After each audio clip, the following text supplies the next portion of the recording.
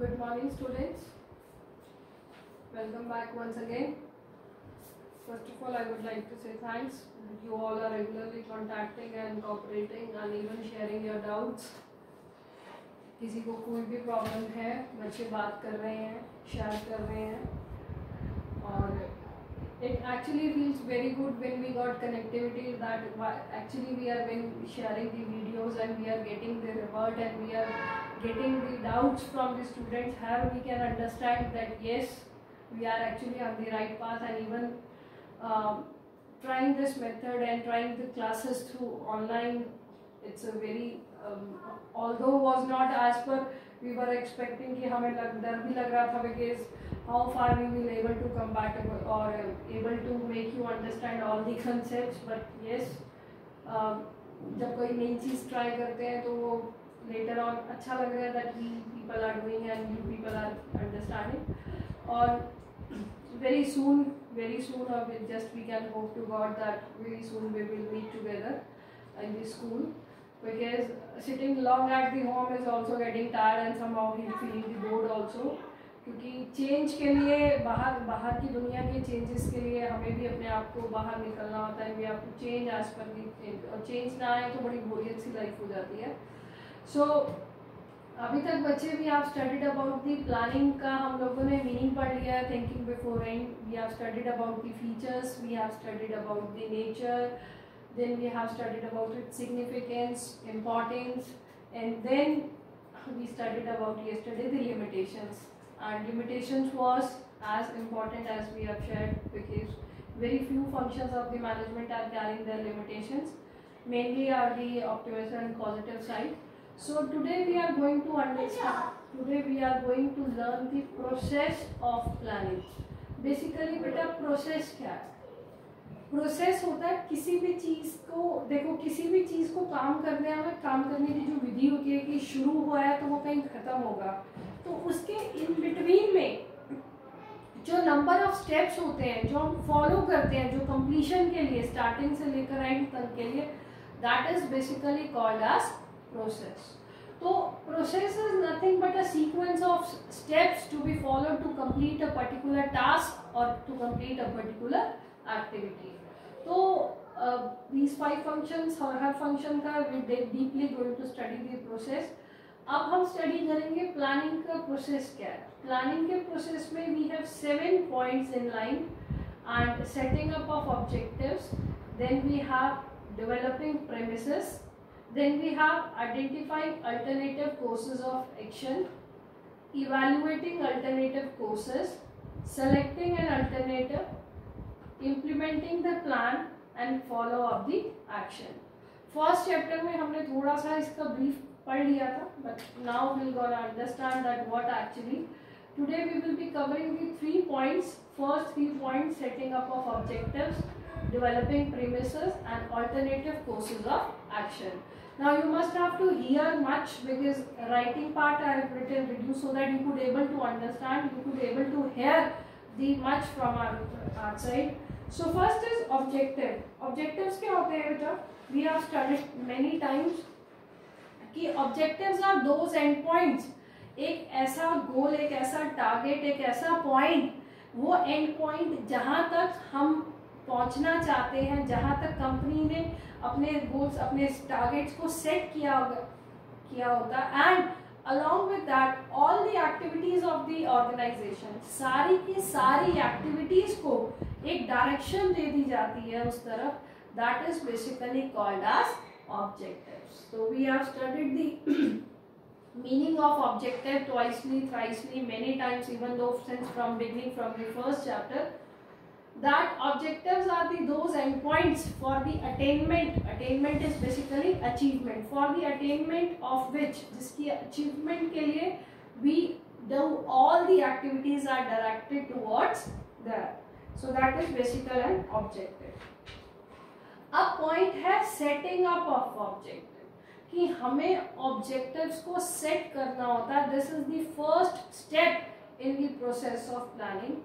Organisation में भी 3 type के बेसिकली ऑब्जेक्टिव्स चलते हैं. One is organisational objectives, then there is a departmental objectives, and then there is an individual objectives. So these are the 3 objectives. अब देखो बेटा, organisation का अपना ऑब्जेक्टिव होता है कि हाँ हमें ये चीज़, वी एक्सपेक्टेड सम सेल्स और we expected some cost down, तो ठीक है, वो हो गया ऑर्गेनाइजेशन का ऑब्जेक्टिव. फिर पर्टिकुलर जब वो ऑब्जेक्टिव किसी डिपार्टमेंट को दिया जाता है तो वहाँ पर divisional heads their themselves share their objective that what they are expecting from their teams, from all the respective departmental managers. Then come to at your own, which is called as individual objective. कि हमारा खुद का motive क्या है, why we are there, why, what is the need or what is the objective of us. So here I'm going to take an example. For example, company wants to increase the sale. एक company अपनी cell increase करना चाहती है 2000 करोड़ से, and the objective can be divide. This is an objective कि 2000 करोड़ की cell increase करना चाहती है. This will be your organizational objective. ये तो बन गया आपका ऑर्गेनाइजेशन का ऑब्जेक्टिव कि एक ऑर्गेनाइजेशन 2000 करोड़ की sale turnover increase, sales increase करना, रेस करना चाहती है. Then the objective further can be divided. आप उनके टाइप, आप we can go for the, let's take an departmental managers और डिविजनल हेड्स के लेवल पर. अब सपोज करो आपने ये जो 2000 करोड़ की सेल्स इंक्रीज करने के लिए बात करी है, तो your company is producing 4 types of product. कितने टाइप के प्रोडक्ट बना रही है? 4 टाइप के. तो उस पर्टिकुलर केस में दिस विल बी डिवाइडेड, सब divided into further divisional objectives, that कि उसके अंदर हमने डिवाइड कर दिया कि हमें 1000 करोड़ तो we are expecting from A product, 500 from B, C, and from C we are expecting another 500. So that is further divided the objective. तो उसके अंदर अब प्रोडक्शनल मैनेजर, जो प्रोडक्शन का मैनेजर होगा या जो फाइनेंस का मैनेजर होगा, जो सेल्स का मैनेजर होगा, जो मार्केटिंग का होगा, the production manager will itself produce, itself set its objective कि हाँ मुझे 1000 करोड़ ए टाइप का प्रोडक्ट जो है उसके लिए मुझे 1000 करोड़ का सेल इंक्रीज करना है, तो how much output I have to give to the company. So that will become further departmental objectives. That will become your departmental objectives. At end, different departments will be told about their expect. फिर क्या होता है, अब further department के अंदर, जैसे मैंने बात करी प्रोडक्शन डिपार्टमेंट के अंदर, तो प्रोडक्शन डिपार्टमेंट के अंदर भी 20 लोग काम कर रहे हैं. अब उन 20 लोगों से भी इंडिविजुअली बताया जाएगा that what is going to be expected from you this and this and that. तो तुम लोगों से इंडिविजुअली भी हमें क्या एक्सपेक्टेशन है, that is basically your individual objective. So basically setting up of objective का मतलब है कि ऑर्गेनाइजेशन अपना गोल, अपना टारगेट, अपने ऑब्जेक्टिव्स को सेट करके बताती है कि this is the objective of whole organisation, and all the activities, पूरी की पूरी ऑर्गेनाइजेशन का डायरेक्शन दिया जाएगा towards the accomplishment, towards the attainment, towards the achievement of that particular objective. So basically objectives भी ऑर्गेनाइजेशन के 3 टाइप्स के हमने कैटेगराइज किए हैं. One is organisational objectives, then is departmental objectives, and then is individual objectives. So you can take an example support from your book, or even though you can frame any example from your side, that if the company wants to cut down the cost, अगर company cost cutting करना चाहती है, जैसे if I would link up right now कि अभी very soon जिस तरीके के ये COVID-19 का issue आया, so many corporates is going to suffer a lot. Many corporates and even many of the employees will lose their job. This we actually hearing, हम बहुत चीज़ें ऐसी सुन रहे हैं, but actually this is going to be happen because the economy जिस तरह से hit हुई है इस वायरस से, the whole economy जिस तरीके से effect आएगा, इसका effect will be very bad. Freshers will not getting the jobs, or the people those who are working, they themselves have to save their job, even though the government is trying to say कि नहीं निकालो, but end of the day जब financial hits होते हैं तो companies never, तो private jobs पे ज़्यादा इफेक्ट आएगा.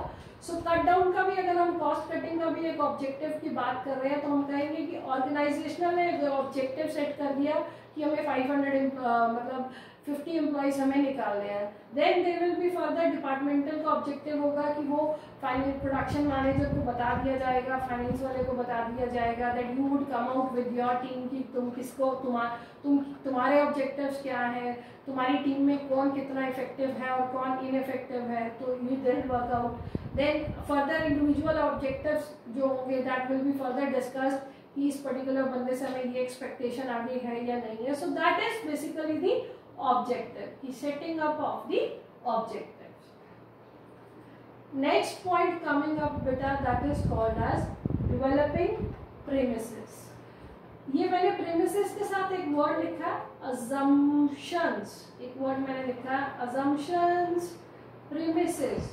देखो वो कहता है, ध्यान से सुनो, कि प्लानिंग करते समय हमें कुछ assumptions, कुछ factors, कुछ parameters, कुछ कंसिडरेशंस को रखकर साथ में काउंट करके चलना पड़ता है, साथ में कंसिडरेट करके चलना पड़ता है, ताकि हमारा उन चीज़ों का इफेक्ट हमारे प्लान्स के ऊपर, हमारे ऑब्जेक्टिव्स के ऊपर ना आए। जैसे सपोज अगर हम बात करें इसी एग्जाम्पल की जो हमने ऊपर लिया था कि सेल को इंक्रीज करना चाहते हैं, तो उस केस में company has to analyse each and everything कि अगर वो सेल को इंक्रीज करना चाह रही है, इंटरनल प्रेमिसेस, देखो बेटा पहले तो ये ध्यान रखो, इंटरनल और एक्सटर्नल दो टाइप की प्रेमिसेस होते हैं, दो टाइप की अजम्पशंस होती हैं, दो टाइप के फैक्टर्स होते हैं, इंटरनल फैक्टर्स और एक्सटर्नल फैक्टर्स। तो क्या क्या चीज़ें हमें दिमाग में रखनी चाहिए। अब जैसे हमने बात करी कि हमें सेल को इंक्रीज कर, तो कैपिटल कितनी इन्वेस्टमेंट और चाहिए, एडिशनल कैपिटल और कितना इंट्रोड्यूस करना है, कितनी लेबर हमारे को और चाहिए, रॉ मटेरियल कितना और चाहिए इतनी सेल को इंक्रीज करने के लिए। That is basically the internal factors which also has to be taken into consideration while framing your plans, while formulating your objectives। तो इन फैक्टर्स को हमें दिमाग में रखना चाहिए। इसको internal factors, internal premises, internal assumptions इसलिए कहा जा रहा है क्योंकि this is something with in the control of the company. तो जो फैक्टर्स हमारी कंपनी के अंदर के होते हैं and which is are in the hands of the organisation, which are in the control of the organisation, these are basically called as internal factors और internal premises. अब बारी आती है बेटा एक्सटर्नल प्रीमिसेस की। अब एक्सटर्नल प्रीमिसेस का मतलब कुछ फैक्टर्स हमारे बाहरी भी होते हैं, एक्सटर्नल फैक्टर्स जिनका कंसिडरेशन, जिनका असम्पशन भी हमें साथ में रखकर चलना पड़ता है। जैसे मान लो आप कोई भी, आपने ये सेल इंक्रीज करने की बात करी, ठीक है, हो सकता है कि द सेल थ्रू विच जो मेथड, जो चीज़ आप सेल इंक्रीज करना चाह रहे हो, जो मेथड आपने फॉलो करना चाह रहे हो, but there is a big competition into the market. आपके प्रोडक्ट के इनलाइन के साथ मार्केट में बहुत ज़्यादा कंपटीशन है, या गवर्नमेंट की पॉलिसीज आपके इस फैक्टर्स को, इस पैरामीटर्स को कैसे सपोर्ट करेंगी। टैक्सेस क्या क्या रेट ऑफ टैक्सेस वगैरह रहेंगे, वो सब भी हम लोग इसके अंदर देखेंगे। तो these are the external factors, वो हमें ध्यान में रखना है, वो हमें देखना है, ये फैक्टर्स भी हमने अजम्पशन करनी है। So this just hold on for a second. So next is moving to the next internal premises and external premises. So these are the factors। बस बेटा एक चीज ध्यान रखनी है, 1 मार्क के क्वेश्चन में बोर्ड में, और you can say in the MCQ part this word what actually the premises means।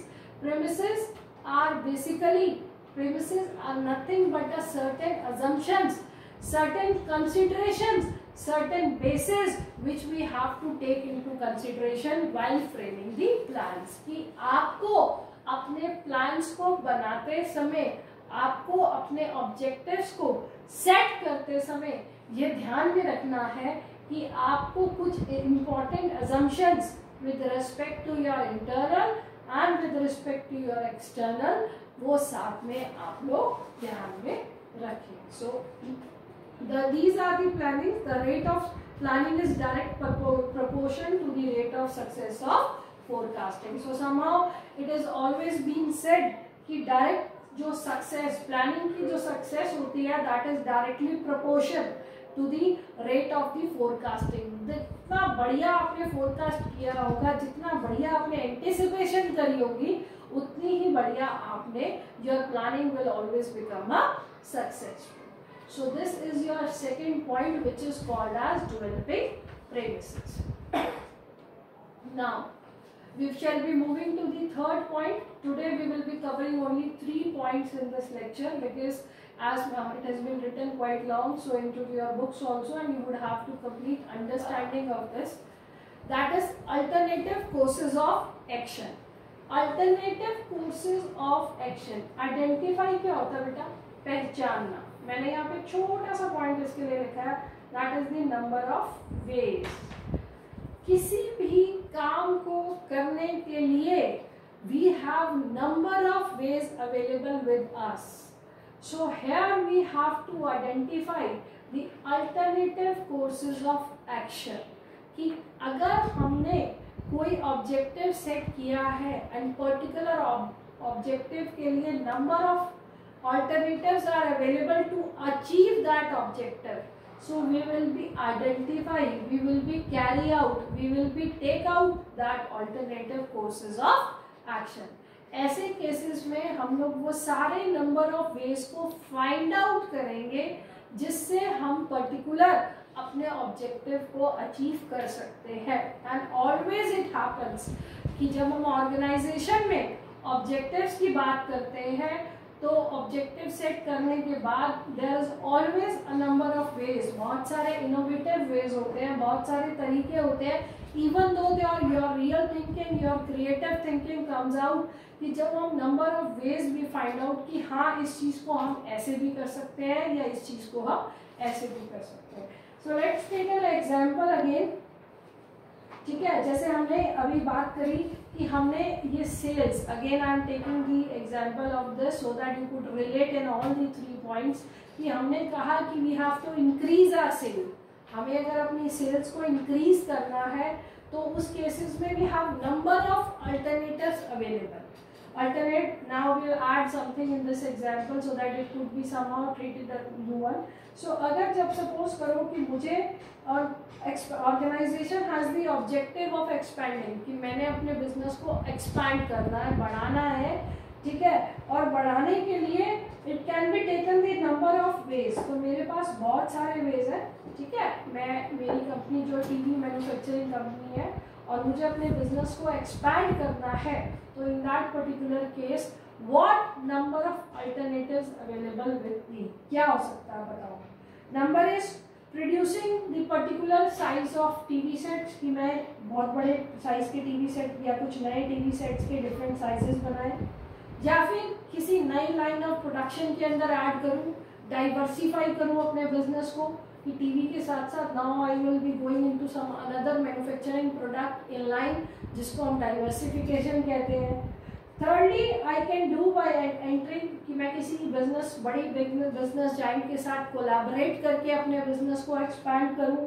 और अनदर इज कि या फिर मैं किसी के बिजनेस के ऊपर जॉइंट वेंचर करूं, तो दैट इज या मिलकर कोलैबोरेट करके एक वेंचर क्रिएट करें या फिर मर्जर करें या फिर सम एक्विजिशन. बहुत सारे टर्म्स हैं कि बिजनेस को एक्सपैंड करने के लिए. सो that is I am again saying हम इवैल्यूएट नहीं करेंगे, हम सिर्फ तरीके ढूंढेंगे कि कितने अल्टरनेटिव कोर्सेज ऑफ एक्शन हैं, कितने नंबर ऑफ वेज अवेलेबल है हमारे पास पर्टिकुलर ऑब्जेक्टिव को अचीव करने के लिए. That is basically called as identify alternative courses of action. So today we have studied, we have discussed these 3 important planning process points. So number 1 is setting up of your objectives. बच्चे जिसके अंदर सिर्फ हमें objectives को set करना है, and very important from the board point of view, every process from here to 5 functions process we have to take into that. So setting up of the objective में organizational का objective, departmental का objective, individual objectives, that is developing premises. This is an important point because बाकी points को पढ़ने से थोड़ा सा समझ में आ जाता है because कि इसके अंदर हम क्या add on कर सकते हैं या क्या लिख सकते हैं. But premises word is something which made it so you have to understand the meaning of premises. It's an assumptions. It's a basically an assumption, some factors, some parameters, some consideration which we have to take into while framing your plans. जब आप अपने objectives, plans, strategies, goals, targets set कर रहे हैं, in that particular case you have to take into that. Lastly, we studied about the alternative courses of action.